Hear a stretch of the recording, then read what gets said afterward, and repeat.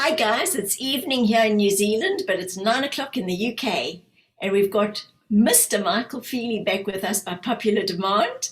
And wow, he actually really worked on you guys. You said this is like the best information that you have ever received.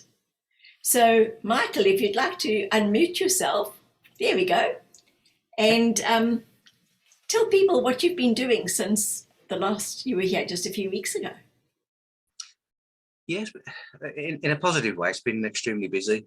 Just yesterday, I was at a local film studio filming a complete documentary series in one day. So that was quite a full-on day. And while I was there, there were other producers of other shows asking me if I could just come and do a cameo role on theirs. And so I ended up doing several projects in one day and just expected to do one. And then I was approached to do series 2 of a documentary I did probably about 12 months ago now called Higher Consciousness. And the producer and the cameraman of that says, can we have a word when you're finished? And then when we had a word, they said, we've had season 2 of that commission. Are you interested? So it was a full-on day, really. But before that, there's been the continuing writing of various things, books and different articles and blogs and newsletters. There's been many, excuse me, many one-on-one Skype calls with people who have many questions to ask. I wanted that safe space in order to do that. So I've been doing that really. So and there's also been lots and lots of downloads again and lots of information and the meeting of various different people. And there's different projects sort of underway. So that's really been the main features of what has happened since we last spoke. So busy. You know what? I had a look and I see that you did a movie with David Icke and Eric Van Daniken. How did that come about? Well, they came about really, and it was actually Iconic TV who I was working with yesterday. And I was actually talking to David Icke, who was in the studio, so we were having a nice chat. But how that came about is a couple of years ago now, Gareth Icke, one of David's sons, was doing a series called The Walk. And what he was doing, he was walking around the UK, going to certain specific sites. And he put a call out on Facebook asking, he said, I'm going here, here, here, and here. If there's anybody local to these areas that have an alternative view of what they mean, then get in touch. And somebody on my behalf, I had no awareness of this, that they said, maybe you should speak to Michael Feeley about whatever. And Gareth got in touch and said, what do you talk about? And I told him, he said, well, I'm going to such and such cathedral, which was pretty much 30, 40 minutes from me. He said, do you want to come and do a 15, 20 minute slot at the end of the series called The Walk? So I went there and did the 15, 20 minute cameo role. And then when they listened back to it, or the editor listened back to it, who was also there on the day, he was absolutely just taken back by the information. And it just happened to be subjects that he was really, really, really into. So he then invited me to do a podcast with him on his show, which turned out to be 4 or 5. And then as a result, the editor, yeah. So I had his own podcast on the on that channel. So I've already done about 5 or 6 things with him. As a result of that, other producers from Iconic have said, well, can we have you to do this and can we have you to do that? And then I just had the call saying we're doing this movie. Do you want to come and be a part of a feature-length film? And you got David Icke, Eric Van Daniken, and different people involved in that. Did you want to come and be involved? And I said, well, absolutely. So I went and filmed that. And then one of my experiences with an alien encounter was sort of taken, and we reconstructed that with actors. So I did an extra day film in terms of the reconstruction of one of my experiences, which formed part of the movie. And then as a result of that, they email from time to time saying, we've got this project going, I think it would suit you, and do you want to be involved? So I joked yesterday, instead of calling it Iconic, I'm there that much, it should be called Mike Onic. But that's how it really came about. It was somebody who knew me, who I was friends with, who saw this Facebook message, who said, speak to him, and he did. and that's pretty much how it all came about. Just beautifully aligned, isn't it? So how do people actually go and get that movie? How do they see it? If they go to, I think it's iconic.com or something like that, Yeah. It's their website. It's a subscription channel, but you can get 7 days free subscription. So if you go and sign up and get 7 days free subscription, you can go in there, you can watch my series, you can watch the movie Divine Intervention within that week, and it's not really going to cost you anything. If you want to continue then you subscribe to their channel. Yeah. So that's it. People can see that, and that's the same in relation to all the things that I've done with them. Yeah, I think that would be really worthwhile them seeing that. I thought that was brilliant. And when I looked at your website, I see that you've got different things that you offer people, 20 minutes, 40 minutes, 60 minutes, and they Skype calls, and it's one-on-ones with you, or they can also have an email consultation. So what kind of things do they ask? What I mean, just anything that they're interested in. If they want to know about Stonehenge or the pyramids, it's not like a personal consultation. You're not giving them a reading or anything like that. It's actually about your work, isn't it? It is really. It has many different facets. Really, there's a spiritual coaching aspect of it where people are really stuck in quicksand, and they're asking what's their purpose. You know, what is limiting me? What is keeping me back? And we always trace it back to a subconscious damage as a child, really. So there's that facet of it where people are really in a spiritual quagmire, and they just want a way out of it. You know, what's my purpose? What can I do to raise the frequency? What can I do to get out of this? So there's that facet, but then there's also the esoteric side, where it can be just that, really. You know, some of the codes, the meaning of the worlds. What does this mean? What does the Bible mean? What does the pyramid mean? What does Stonehenge mean? What does the Heads of Easter Island mean? And it can be specific questions about mystical things. So there's many different facets to it, depending upon what the person actually needs. And again, how that came about, and even now, I used to get so many emails asking questions and saying, you know, help me, I'm stuck. But I thought, well, I might as well do some kind of service in relation to that. So people have some kind of safe space in which to discuss these things, where they're not going to be mocked or laughed at.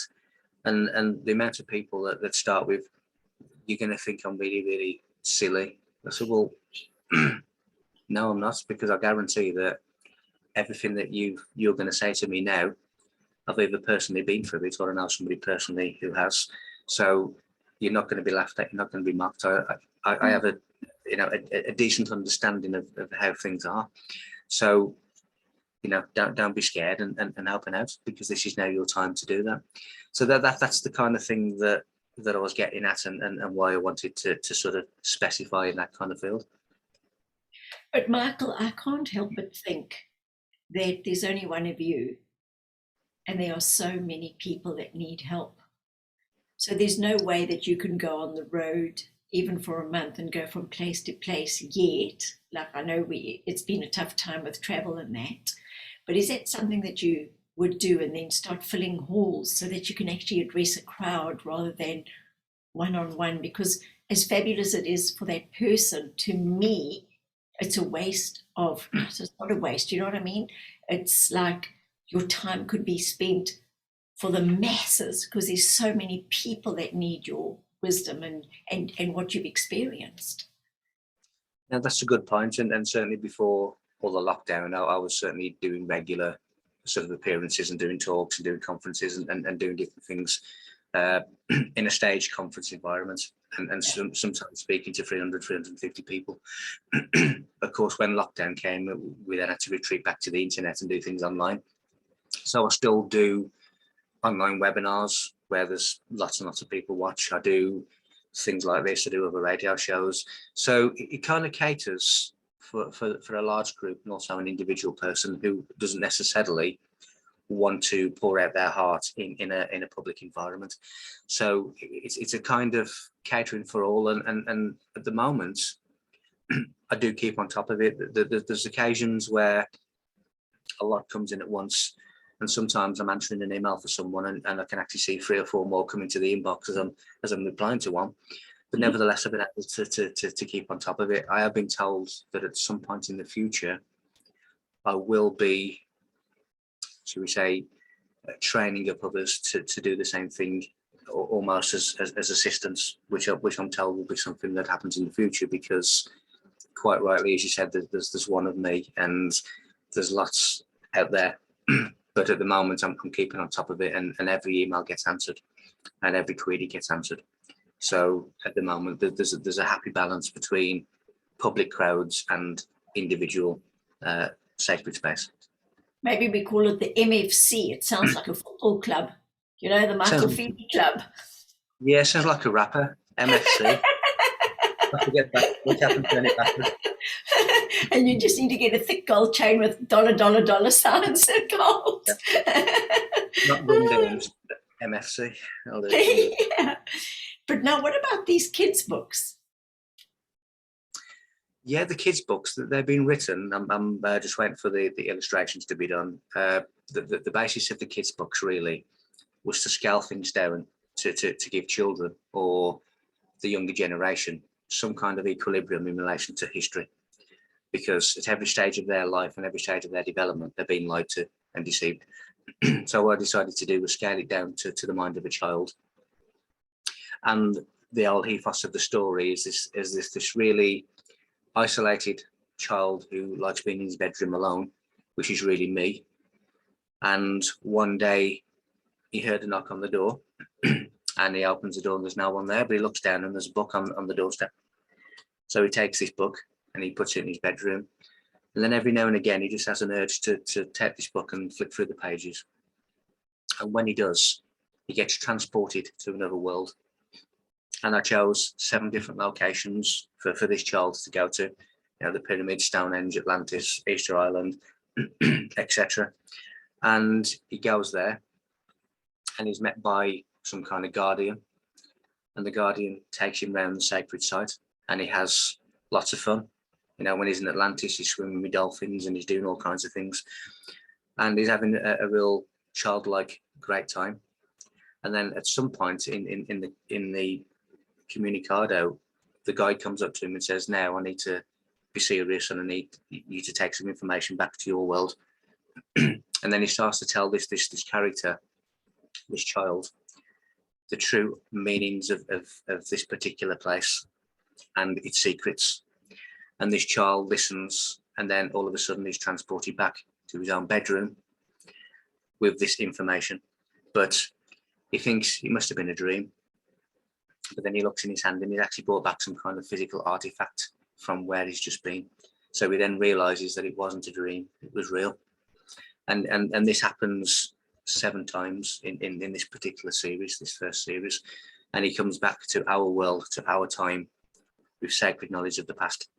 And that is really the theme of the children's story, but it's sacred, deep information that is scaled down for the mind of an 8 or 9-year-old. But it's even more than that. And Michael, is more than that. So basically, you're time traveling with them, piquing their interest. But imagine the grannies and the granddads that are reading those books to them. Yeah. And then they start asking questions. Granny, granddad, what about this? What about that? I think that's great because you can just get, both of them. And your poetry, is that channeled? The poetry, I didn't or don't normally write poetry because, for one, I prefer to do the normal writing that I normally do. But what happened is during lockdown, there's lots and lots of words coming into my head, which were just happened to rhyme, and they just happened to be deep, and they were referring to the current climate that we were in. So I just put it down on paper, and it was never meant to be an ebook like it turned out to be. It was just almost notes to self, really, poems to self that were coming through. And then again, as always, I sat down and thought, well, maybe this needs to be in a better documented place than on scraps of paper around the office. So as always, I document it in book form or ebook form, because then it's in one place, it's safe, there's not going to be coffee stains on the paper and different things. So, the circular ring of the cup as you put the coffee in. Yeah. And I thought, these things are sacred writings wherever they come from, and they need to be honoured in such a way that if people want to read them, if people want to read my thoughts at the time of being locked down, then this is the way to document it. This is the way to put it in an arena where other people can share my thoughts. I love it. What about those vibrations of galactic light from the unified field? Again, that's the same kind of thing. A lot of my writing really comes from another place. The downloads, like a channel. It is. Yeah.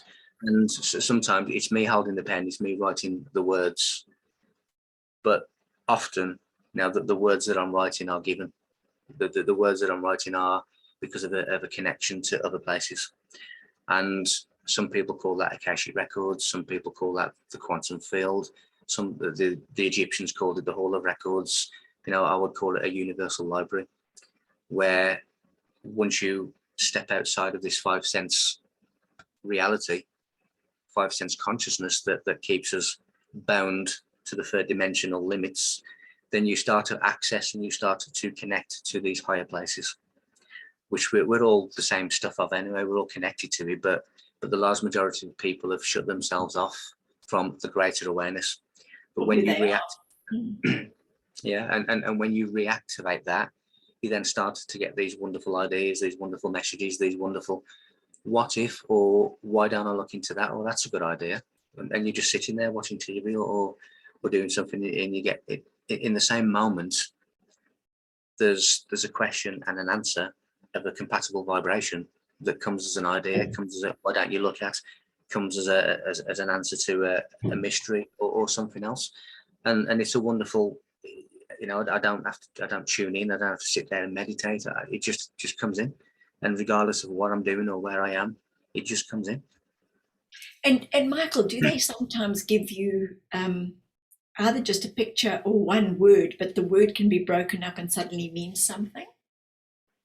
It comes in various forms. It can be words, it can be mathematical equations, it can be a picture, an image, it can be an idea, it can be just something that comes in as a thought, and that thought then develops.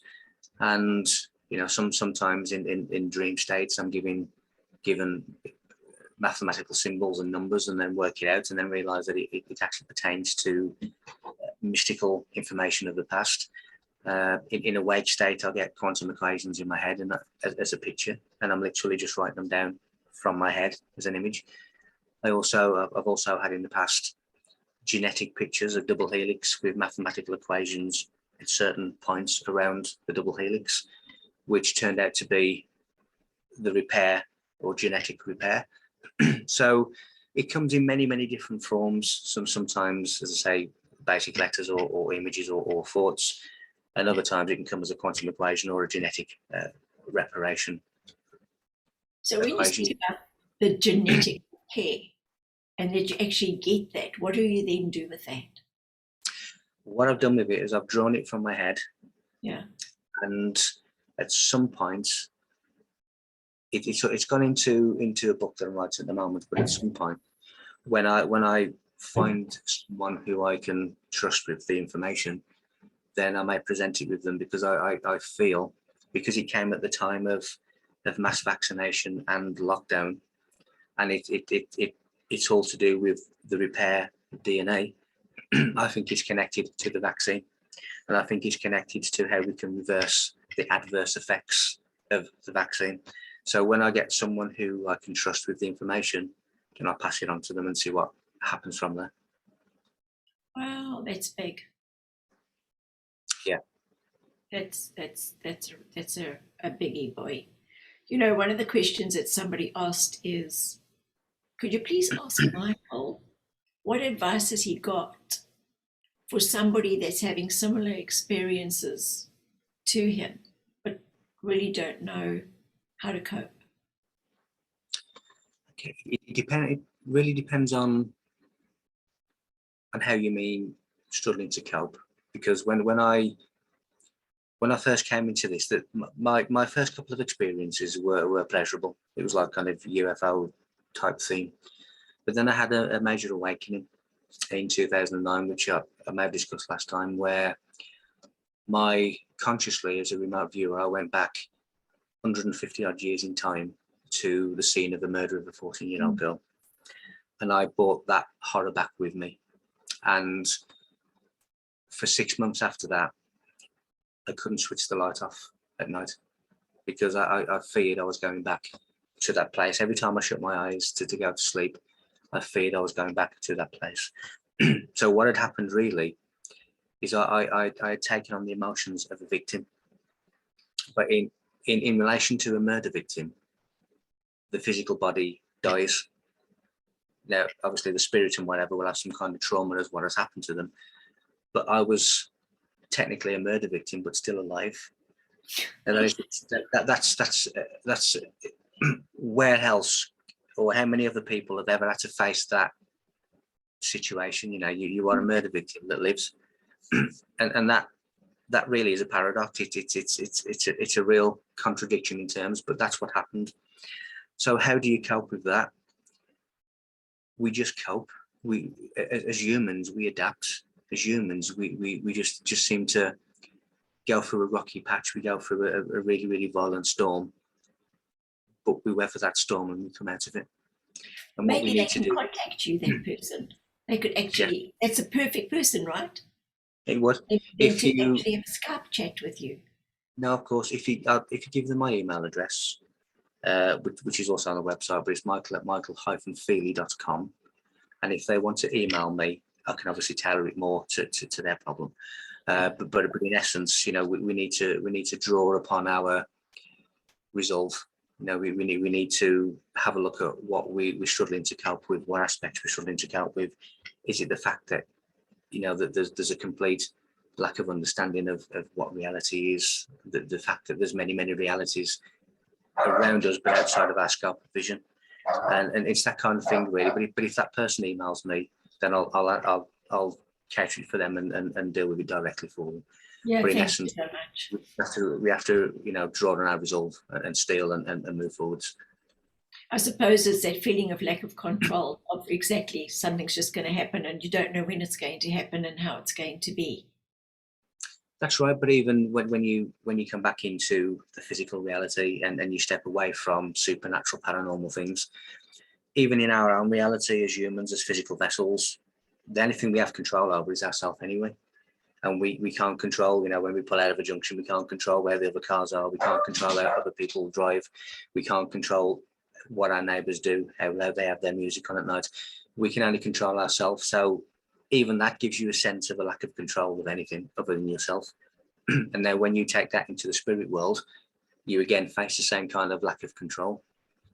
But when you bring it back and accept, you know, you accept your boundaries, so to speak, accept your sphere of influence, you then begin to be able to put some kind of order into your own life, into your own mind, and just realize that you can suggest, you can hint, you can help, but the only person you can control is you. You know, I always thought, I was very naive, and I always thought that if you worked with the light, you would just automatically be protected.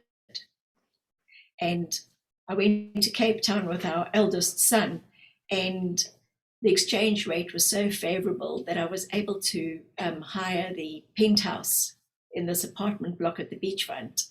And we had him in one room, myself in the master bedroom, and a young couple in the other room.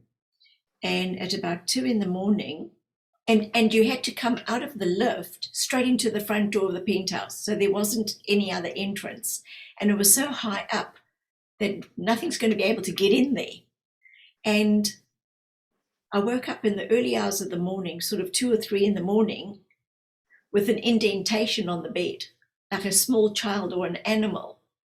And my first sort of groggy thoughts were, how did the animal, it's like a dog, how did the dog get in here? Because it wouldn't be able to scale up the side of the, you know, the building.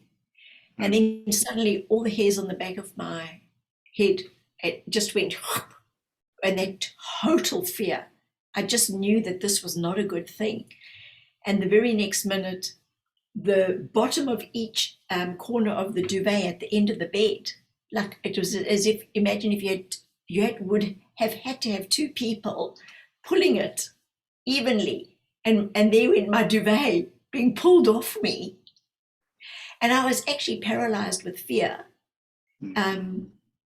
And I couldn't even remember the Lord's Prayer. I couldn't remember anything. It was ridiculous. And then I thought, light, you've got to get the light. And I kept on saying, I'm with the light, I'm with the light. If you're not with the light, go away. You're not welcome here. And then I sort of felt in the dark, and I got the little bedside lamp and I put it on. There was nothing there. Nothing. So then I was wide awake, thinking, what the hell? The door was closed. The windows were closed. I thought, okay, this is weird. So I spoke to my guide. I said to my guide, what on earth, was that? And he explained to me, and he said to me, you need to be covered in water, cleansing. You need to drink water, and you need to sort of have water. So I ran a bath, lying in the bath with the door closed, and there was a towel in the back with the hook on the back of the door. And the towel started swinging from left to right. And I'm going, woo! So now, after that, I've realized there are things happening out there, and it doesn't matter how so-called good you are, you've got to bring in the top guns and get some protection. Has anything like that ever happened to you? Yeah, there's been many mysterious things. There's one example where I was in bed asleep, and it was actually 6 a.m. in the morning, and all of a sudden the bedroom door was being shook extremely violently, and it was obviously closed, and it was literally being shook at 6 o'clock in the morning. So I got out of bed thinking, as if someone's trying to get in and it's locked and trying to get in. Yeah. And it wasn't locked, but that's the description of how the door was. And as I got up and opened the door to see what was going on, and I looked and I saw a three-dimensional shadow person walking through the wall of the office. So, which was next to where my bedroom door is. So I actually saw them walking through the office wall. Now the office is upstairs, so you're talking 25 feet into the air, but they just walked through the wall and went. So these kind of things happen all the time. Sometimes they're nice, sometimes they're not so nice. But even in realms that have a higher frequency, you still have negative things, but they don't have so much influence as they do here, because this is a negative environment and it's a negative vibration for them to exist within. So they do have influence, but you are protected to a certain extent. But there's obviously additional things that you need to do. There's a lot of things out there that are in just a slight tweaking of the frequency away from our spectrum, and sometimes they come into ours, sometimes we go into theirs. But yes, just because you are of the light, what does the light also attract? It attracts moths. Moths, yeah. So, when you are awakened to this, when you do start showing off a little bit more illumination, then of course you become noticeable even more so. So in that vein, you will attract things towards you, and even though you are protected to a large degree, there's still things that still get through. Even the most secure of fortresses get breached. Even presidents who have 150 CIA armed guards around them get injured. So things can always get through the wall. That they always can.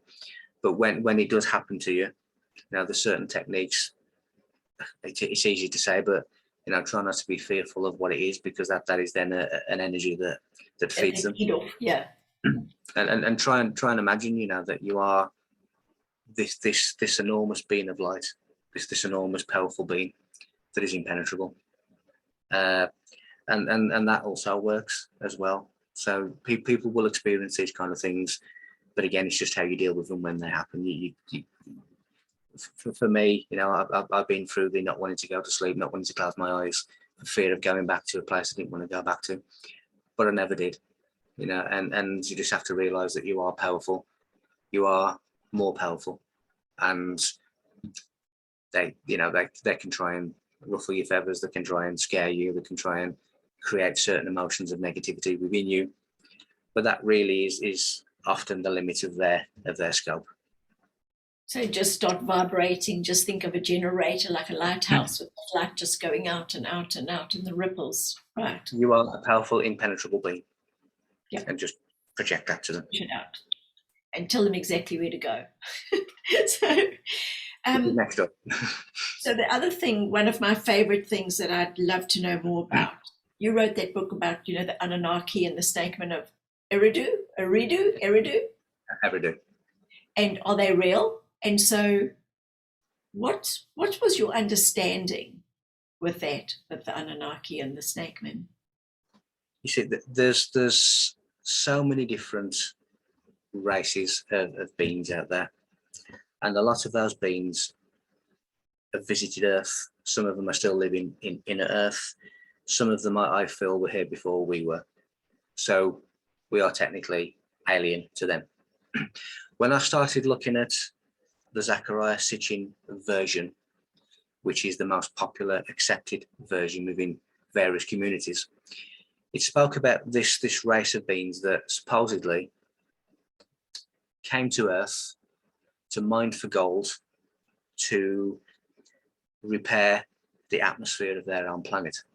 Yes. And in doing so, this is the official story, in doing so, they brought the moon with them to where it currently is, found life on Earth, and genetically modified that life on Earth to become what we are now, which was a slave race to them. So in terms of the slave race to them, absolutely, humanity is a slave race. But when I looked and analysed the different characters and the different names of the characters, what I found is that Eridu became biblical Eden. And you had Adamu and Tiamat, who related to Adam and Eve of the Bible. So what we started to get then is the same story under different names, under different situations, which is the same all over the world. So in other words, they're all talking about the same thing, but in different ways. And then when I analysed further, looking into the names of these characters, like Anu being the main god, as in Anunnaki. Anu in Egyptian means man. I then started to look at the snake brothers, who are now known as Enki and Enlil, known as the Shetai, the snake brothers. One was positive, one was negative. Enlil was negative, Enki was supposedly positive because he wanted the world to have knowledge, whereas Enki didn't. So when I looked at genetics and I looked at the double helix of DNA, it was describing the positive and negative serpent, which are your DNA double helix. And one of them twists one way and the other one twists the other way. So one is deemed as a positive and one is deemed as a negative. So what I found is the snake brothers, because your DNA helix mimics a serpent, was really Enki and Enlil, the Shetty, the snake brothers, the negative and positive serpent. So Anu and Enki and Enlil was covered really in man and genetics of man. I then started looking at other characters such as Alalu, who was meant to be the supervisor of the mining expedition for gold. So when I looked at what Alalu meant, it means wave genetics. So again, it's another reference to genetics.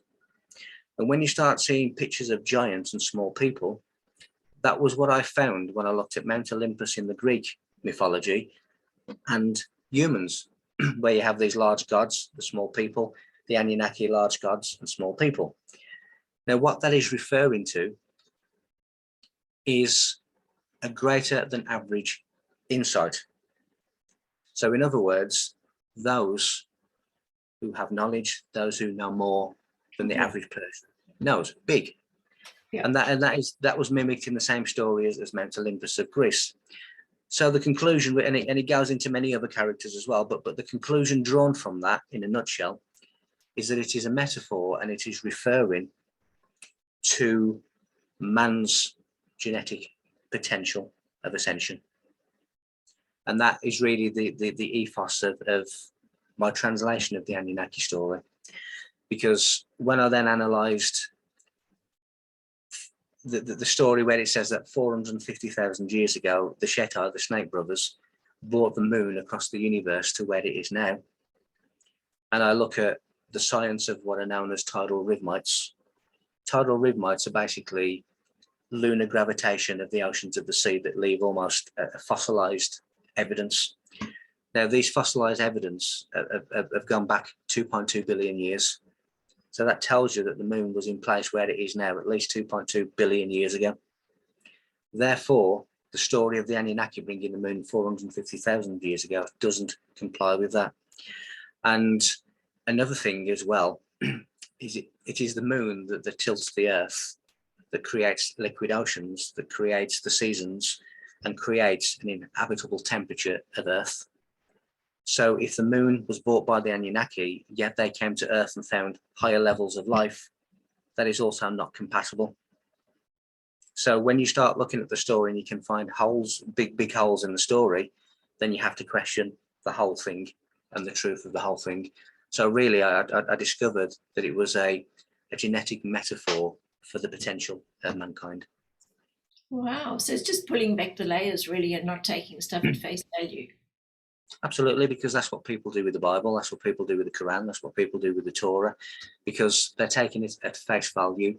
The Christians are taking it at face value that an 120-year-old man built a wooden ark to house every single pair of animal species in the world. And I always had that feeling, even as a young child. How did a penguin get from Antarctica to the Middle East? He can't fly. How did he get there? You know, and people take it face value that this was Noah, and it was a wooden ark that housed all of these animals. But it is a metaphorical story. It is not real. I've got to interrupt, and I've got to tell you something. I had a client, and he said to me, and he would be in his 80s now, and he said when he was a young boy, he had to go to Sunday school, and he came off a farm, and he had to go to the Sunday school while his parents were in church. And he said, that day I went home, Joel, and I got the hiding of my life. And he said, do you know why? He said, because she started telling us the story of Noah's Ark. And I said to her, ma'am, that's not true, because I know if you had 2 lions on that ark, they would have eaten the sheep. The sheep wouldn't have got to the other side. And the termites would have eaten the wood. So you know, it's a children's story, really, is what we have, a children's story. And the reason Christians gravitate around Sunday is because the sun is the cosmic Christ. So, it is a children's story that people are taking as historical truth. It's not historical truth. It's a metaphor for a deeper meaning. Really, the story of Noah is talking about the activation of your 7 chakras, and that is why you see the rainbow above the ark, because that is the 7 chakras, the colours of the 7 chakras. It is a metaphor, the same as Moses, the same as Christ, Mary Magdalene, Mother Mary, who is your Kundalini energy, your inner serpent power, which is Isis of Egypt. So it's all metaphorical stories that are teaching us, really, our potential ascension again. But because people are believing the stories as historical fact, they're missing the truth. Their focus is in the wrong place. So Noah's Ark didn't happen, Moses didn't happen, Christ happened metaphorically, and so on and so on. But we're taking children's stories in effect as historical fact. So what about them saying that Jesus was married and he ended up in France with a family? Yeah, there's no actual evidence of the physical Christ.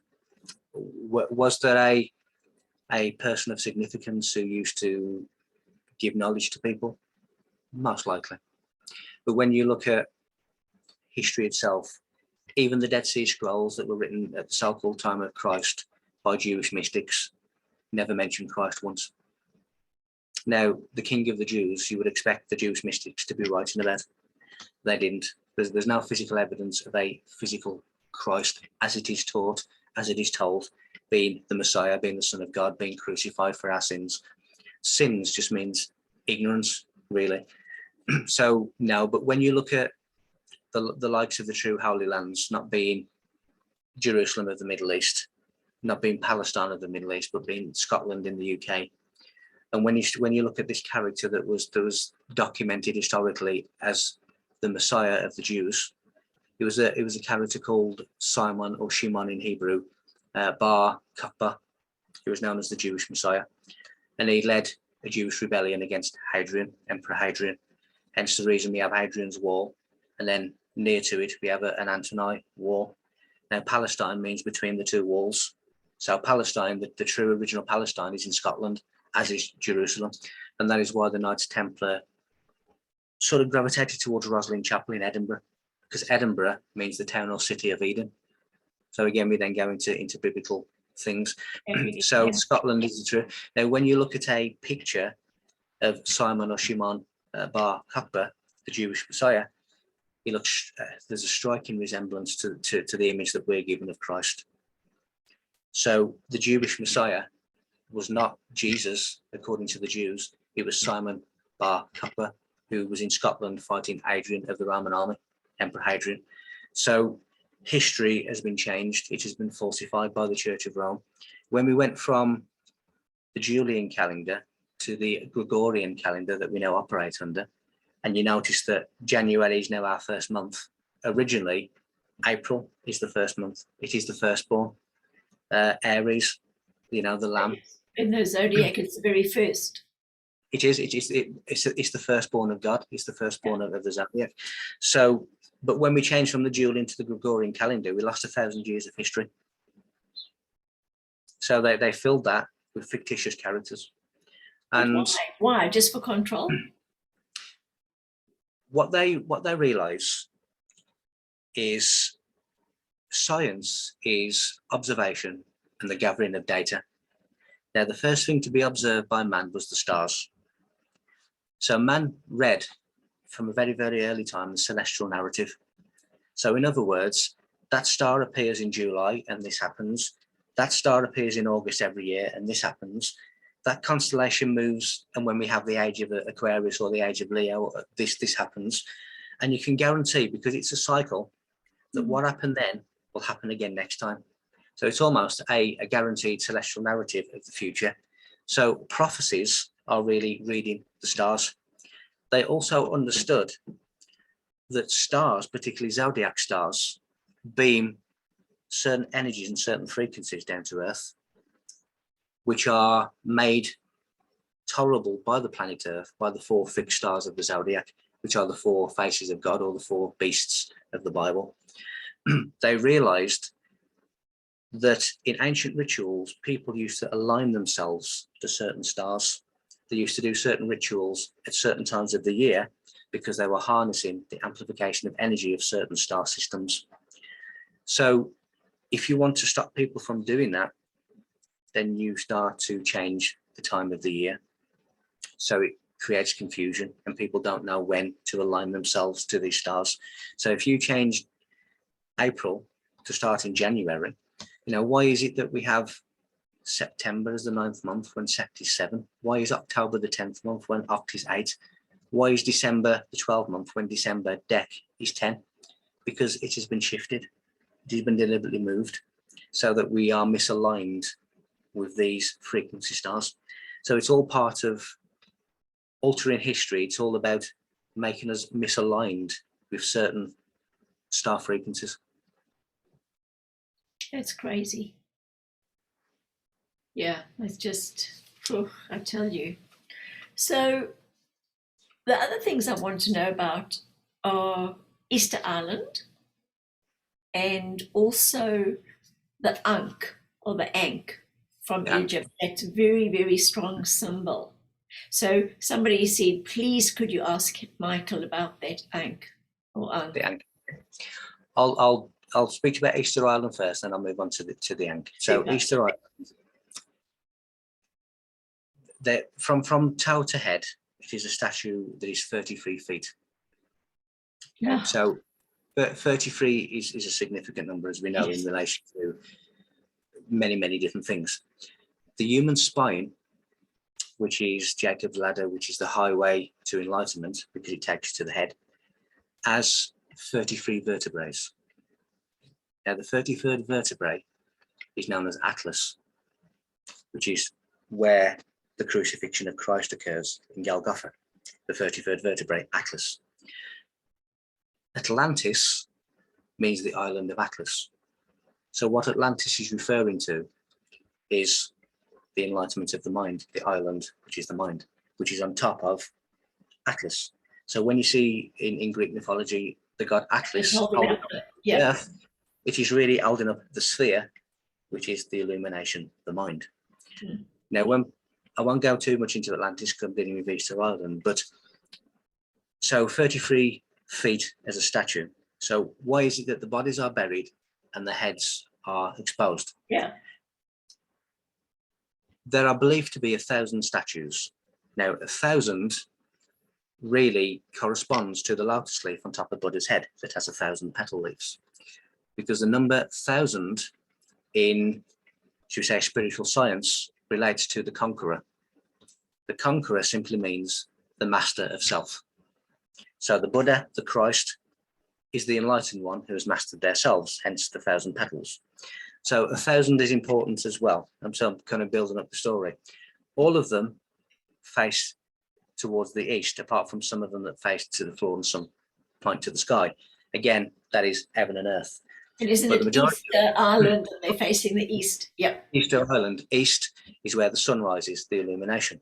When we look at exactly, now when we look at the east of planet Earth, it is the oriental, it is the orient. So what are we doing? We're orientating ourselves towards the east, the illumination. So that is why they face east, because they're aligning themselves with this great ball of fire that is illuminating them. Now, in relation to what I said earlier about a 5 sense consciousness, the reason that only the heads are exposed is because they are mystically telling us to concentrate on a divine mind and not a body of 5 senses.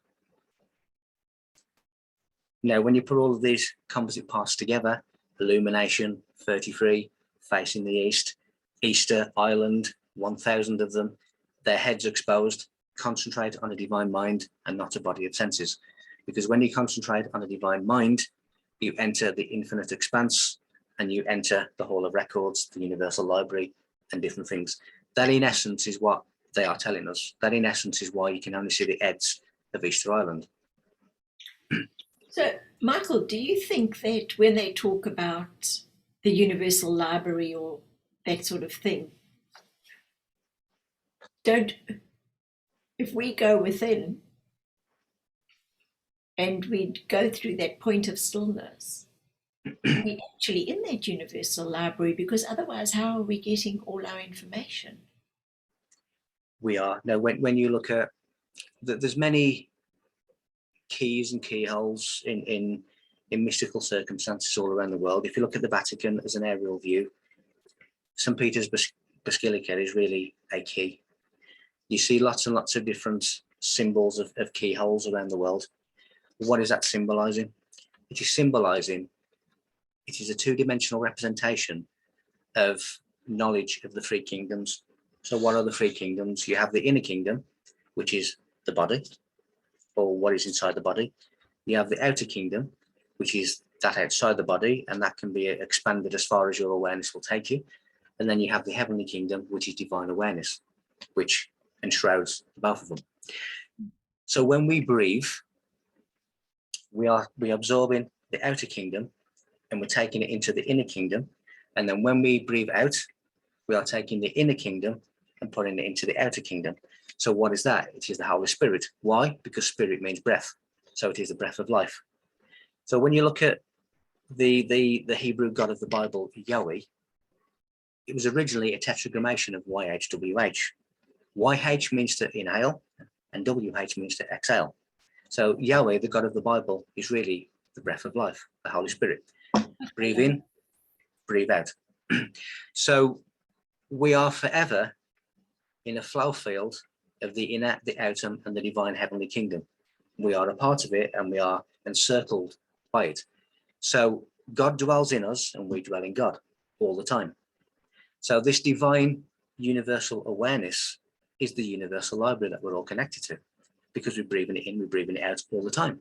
So when you breathe in, you are entering the temple of God. And when you breathe out, you are leaving the temple of God. That is Yahweh of the Bible. So we are forever connected because we're made of the same stuff of what is in the universe. We are universal. You know, we are, in effect, dead stars. The carbon and the oxygen of your physical and the body. atoms and everything. Yeah. Absolutely. So whatever's in the universe is what is in us. We are a miniature version of the universe. The It's macro like going and to, the micro.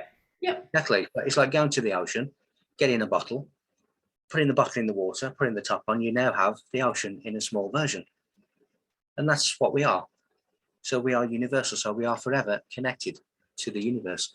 Even breathing in and breathing out, it is a flow field between the inner and the outer and the heavenly kingdom. And it's just that simple. You know, it's just that simple. It is that simple. It is that And simple. people just make it complicated. Yeah. I mean, again, as I said before, I've actually taken creation itself and I've condensed it into an A5 piece of paper. Now, you can't get much more simpler than that. What you would deem to be complicated, I put on a piece of paper of that size, A5. And we make things complicated when really they are simple.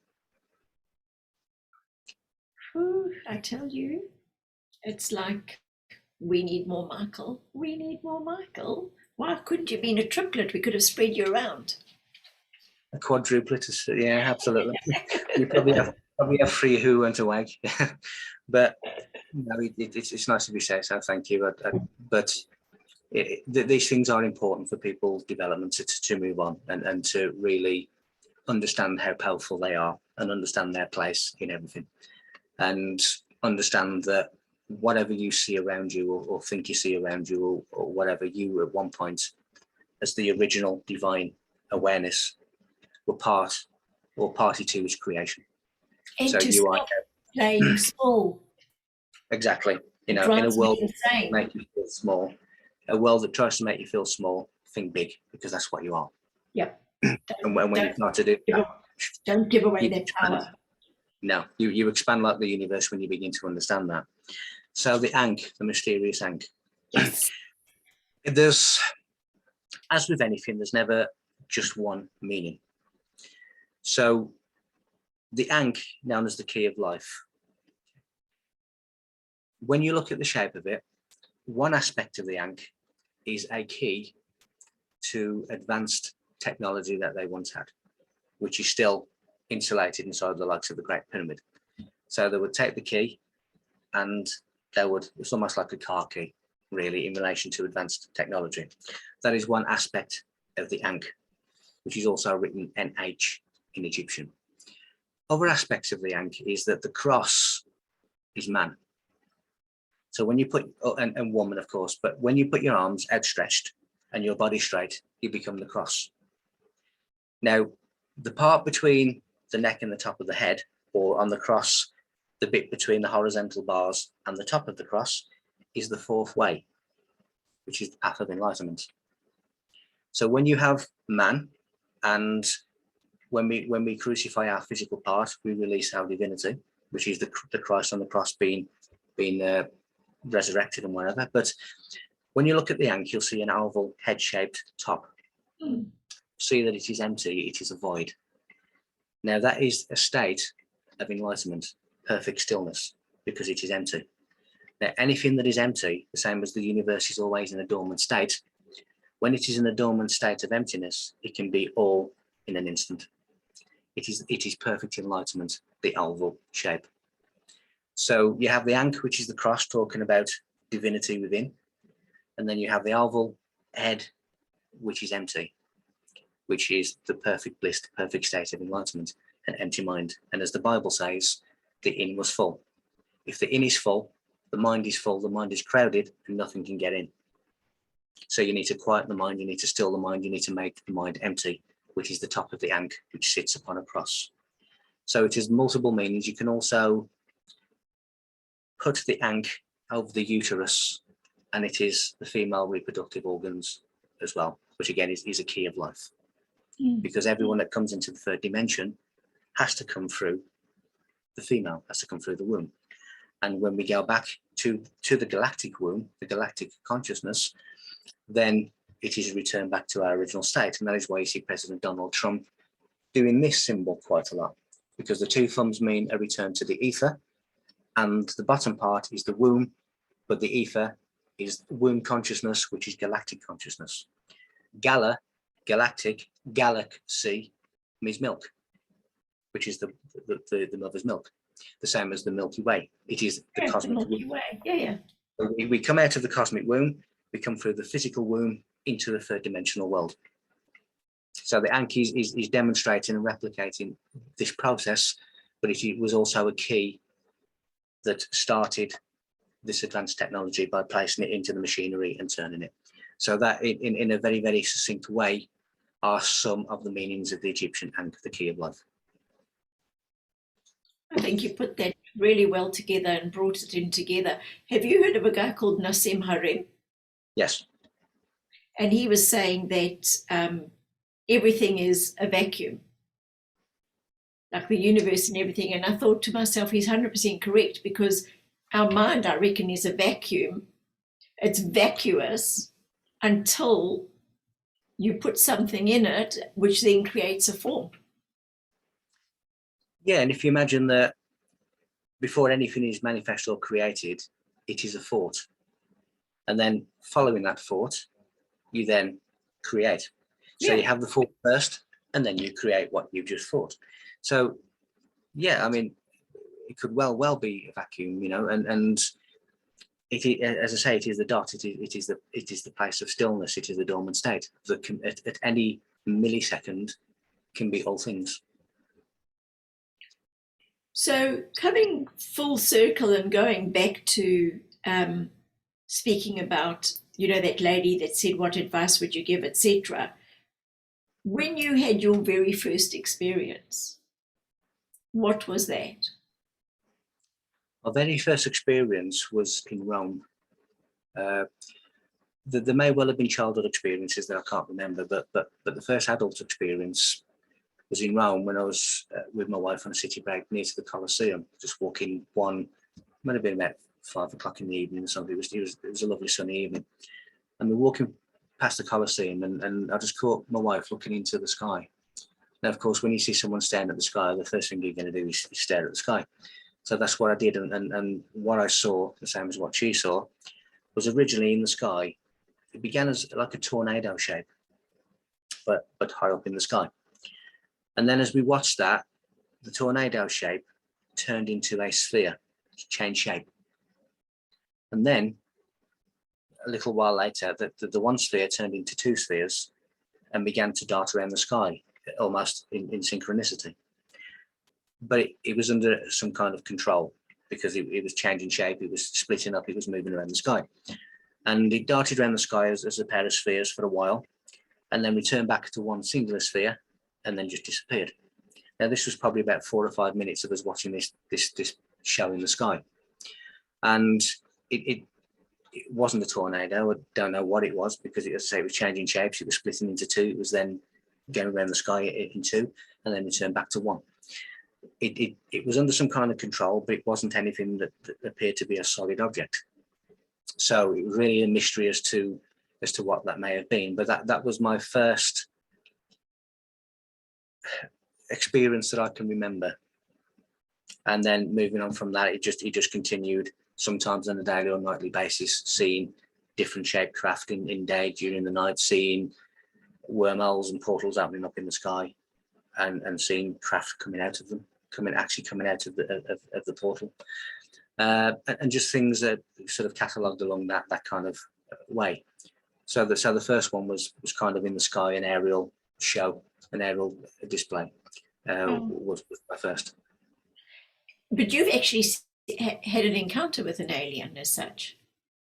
Yes, well, a couple, but the one that I always refer to was a negative one, which is when I was at an event, and I was sitting in a cafe with my wife and a friend, and the little bell on the door rang to let people know there's someone coming in the cafe. But you had a public arena, you had a small cafe, which was accessed and exited by one door, and then you had another door that allowed you entry into the arena, where there were speakers and store holders and chair after chair after chair, an audience, probably about 200 people in that room. And we were sitting in the cafe for a quick break, and the door opened, and our friend who had her back to the door just said, "Who's just walked in?" So straight away she could feel something not right, but hadn't even seen anyone. And as we looked at this thing, I would describe him as being about 6'3", slim. His eyes were completely black. His skin was really stretched tight, so tight over his face that you could see the contours of the cheekbones and everything else. And it was cheekbones and like a concave in. It was strange. His hair was down to his shoulders, but it looked as if you were to touch it, it would just shatter. And he'd got this like long black coat on, like Men in Black is how you could describe it really. But his energy field made my stomach turn like a washing machine on spin. And it was a really eerie, horrible rotation. And he walked in and he was going, scanning the room. And there's other people in the cafe who didn't see him.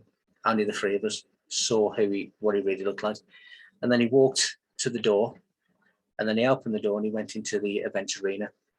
Now the door was wooden at the bottom and glass at the top, so I was able to stand the cafe side of the door and look through the glass at him, because he was about a foot in front of the door in the event arena. And again, he was just scanning the area. There were seats in rows full, and around the outside of the chairs, there were store holders who were close together. Now, the only way you can get out of that room is if you went in between the chairs or in between the stores to get out of the fire exit on the opposite side of the event arena. I came back to the table, got the other two, and went into the room, and he'd gone. Now, the only other way was to come back through the cafe where we were, and he didn't come back that way. And we asked people, did you see anything? No one saw anything. And so he just materialized and dematerialized. Gone. He'd gone. And that really was what I would say. If I was to describe Men in Black, that's what I would describe it as. Of course, there have been other things where there's been the nicer side of interaction. But that is the one that I always go to, just to demonstrate that it's not just one side, that there's always the two, and they are, shall we say, fighting for control. And control is shifting, but there are battles going on to do that. Whew. And a good one, so we could end off with a highlight. A good one. Always up and onward. Okay.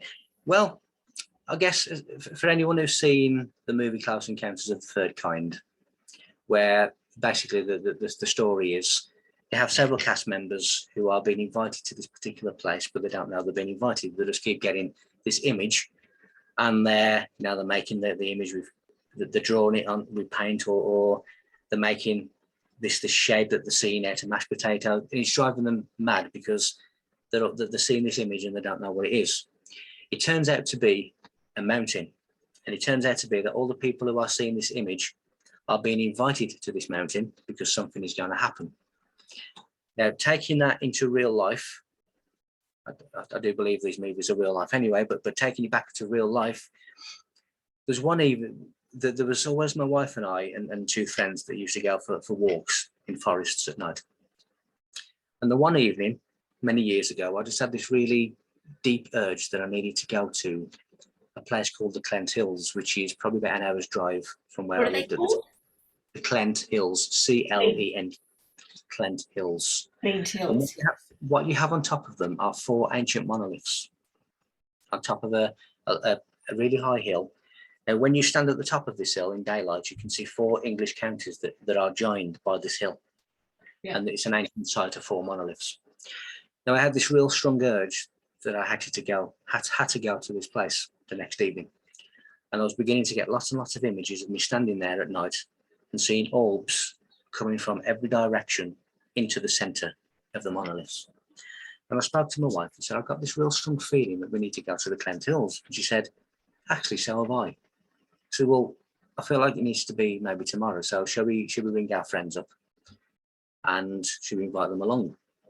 And she says, yeah. So individually, I rang them up and said, I've got this feeling we really need to go to the Clent Hills. And our first friend says, yeah, and so do I. I really feel like I need to go there. I said, well, we're going tomorrow night. Do you want to come? She said, yes. So we then rang our other friend who we normally go for walks with and said the same thing. And he said the same thing. Yeah, I really want to go. And we said, well, okay, we're going tomorrow night. Let's go. So we went in one car, hours drive, up hills, park the car. You then have to walk for about 20 minutes up hills through trees to actually get to this site. And by the time we get there, it's dark. So you can't see the landscape. It's just dark. But individually, we then started to have the same urges, which was you all individually need to stand by one singular monolith. Now, ironically, there's 4 of us and there's 4 stone crystalline monoliths. So we had one each. And as we stood by the monolith, we all at the same time had the feeling that we needed to move to the next one, then the next one, then the next one, until we got back to the one that we started at. So it's almost like a baseball home run, but the 4 of us doing it at the same time.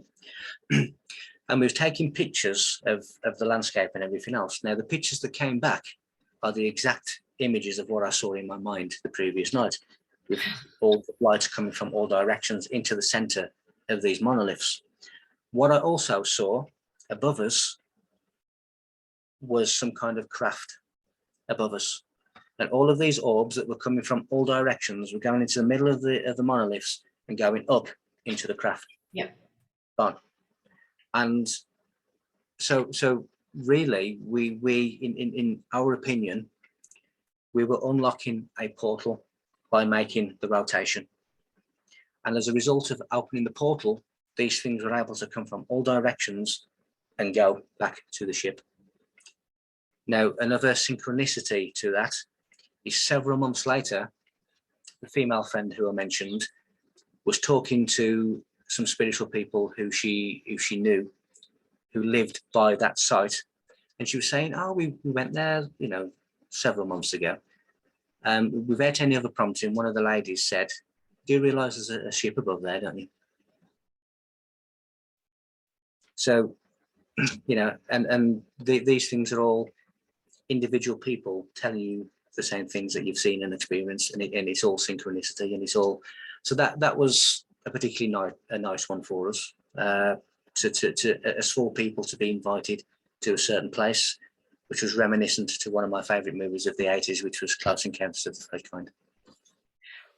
Were those 2 friends the same friends that went with you to Stonehenge? One of them, the female was my co-host. Yeah. And when we went there was a group, we had certain plans for the day. One of them was to go into the inner circle of Stonehenge for a tour, so I could actually point out things and do. And then part of the day was to then me do a talk to the group, which I also did. So it was really hands-on at the site, telling people what the site really represents. But at some point, as we were in the inner circle, this co-host of mine just kind of went into a transient state, and she went a little bit further into the center of the stones. And she says to this day that she doesn't really know what was going on. But then she began to use multiple voice harmonics. She was chanting, she was doing something with her voice. And as she did, stones of the inner circle of Stonehenge began to vibrate. And there's a resonance. So it's almost like a circle of singing stones, but because some of them are extremely high, you know, it was a large circle, and it was a powerful rotation of sound, and it really penetrated all of us, and we thought, what's this? And then she just kind of snapped out of it and said, what happened then? So really, she'd been used as a channel, and these stones were being activated by voice harmonics. Are people still allowed to go into the middle there of Stonehenge now? Because I thought you were not allowed close anymore. Yes, you are. You can, but you have to pay more to go in. Is that it? That's it. And there's only certain times. So it was something like 6 a.m. in the morning, 6:45, and then kind of 8 o'clock is when they open the gates to everyone. So it's almost like a private tour that you have to pay for. But yes, you can still go into the centre of Stonehenge. They do ask you not to touch the stones, because what they say is that the sweat and grease off your hands is basically corrupting the stone. In reality, is they don't need to touch the stones because you are then resonating with them, you are connecting to them. The energy. So, and some of the stones, ironically, have little alcoves in there where it's just big enough to fit the top of your head, which is what they used to do, into the stone. That is exactly at Castle Hill. Yeah. In New Zealand. So, Michael, when you come over for your Jill tour, Okay. then I'm going to take you to Castle Hill. We'll get a group together, and I'm going to show you the incredible power of that place, which is very similar to Stonehenge and how those stones talk as well. It's it's just fabulous. It's 13 minutes past the hour, and I know what a busy little bee you are. And I just, once again, I'm so blessed to have you. I just think it's wonderful that we got the chance to meet each other. And I really appreciate that you are just normal. Whatever normal is. Yeah, but you know what? Some people are so full of themselves in the airs and the graces. And it really makes things unpleasant, doesn't it? And with you, I just feel like I'm chatting to somebody that I've met down at the local and having a cuppa or whatever and just chewing the fat. Well, that's what it is, really. It's a normal person. Yeah. Experiencing extraordinary things and feeling very, very honoured and privileged to be able to do that. And it's not about me. It is about the information. And that is how I will always see it. So we will definitely set something up. Obviously, it's going to take time, but I'd love you to come and to really, we'll put a group together, a large group. We'll get you in a city hall or something, and people need to hear you. People just need to hear your voice and your wisdom. So thank you. Thank you so much for deciding to come to Earth at this time for this ascension and lighten us up. Be our lighthouse, really. Wonderful. I think I probably wouldn't have missed it, hence the reason I'm here. And, you know, I'd have probably been the first to volunteer to do that, so the first to parachuting. But no, it's lovely to have the platform to speak to more people and different people and different platforms. And, you know, if you ever want me back, just send me an email and we'll do it again and again and again, because I do enjoy the passion for it. I definitely will. But I'll have to really think of things to ask you because I want it to be of value, you know, real value. And everything you say is just fantastic.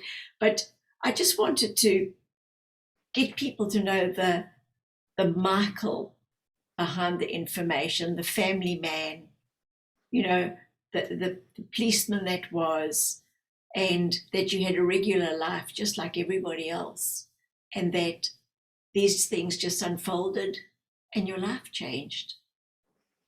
And it can happen to anybody. Their life can change. You know, that's something a lot of them just don't understand. You know, they think that we all came in like this, but we didn't. Well, we did, but we just didn't know it at the time. No. I can specifically take you back to my official awakening to 3:30 a.m. Monday the 9th of February 2009. That is how specific I can be in relation to an official awakening. So it can be that quick, it can be that specific. We're going to definitely keep that for another time. So won't you thank your lovely wife for sharing this time with you? I'll do. And I hope you have an awesome day. Which is just starting here, which is good. Yeah, yes, and I'm about to put my head down. So thank you for your time. It's an absolute pleasure, and again, any time. But thank you, and thank you to your audience. And you just tell the audience once again how they can contact you. The best way really is the website, michael-feeley.com, because from there you can go in many different ways in terms of social media, YouTube, which is just a click of a button away, but it's all contained in one place, which is the website. And your books, and then they can make an appointment with you. Absolutely, it's all on there. Just click the button. email, ask any questions, particularly that viewer that has that specific question as well. If they want to get in touch with me, and I'll answer as many questions as I can for them. And have a chat. Thank you for that. So guys, we've just been so fortunate to have Michael again, and we're definitely going to get him back because I know he's held such fascination for you all. So thank you so much, and until next time, love and kisses. Thank you. You take care. Cheers.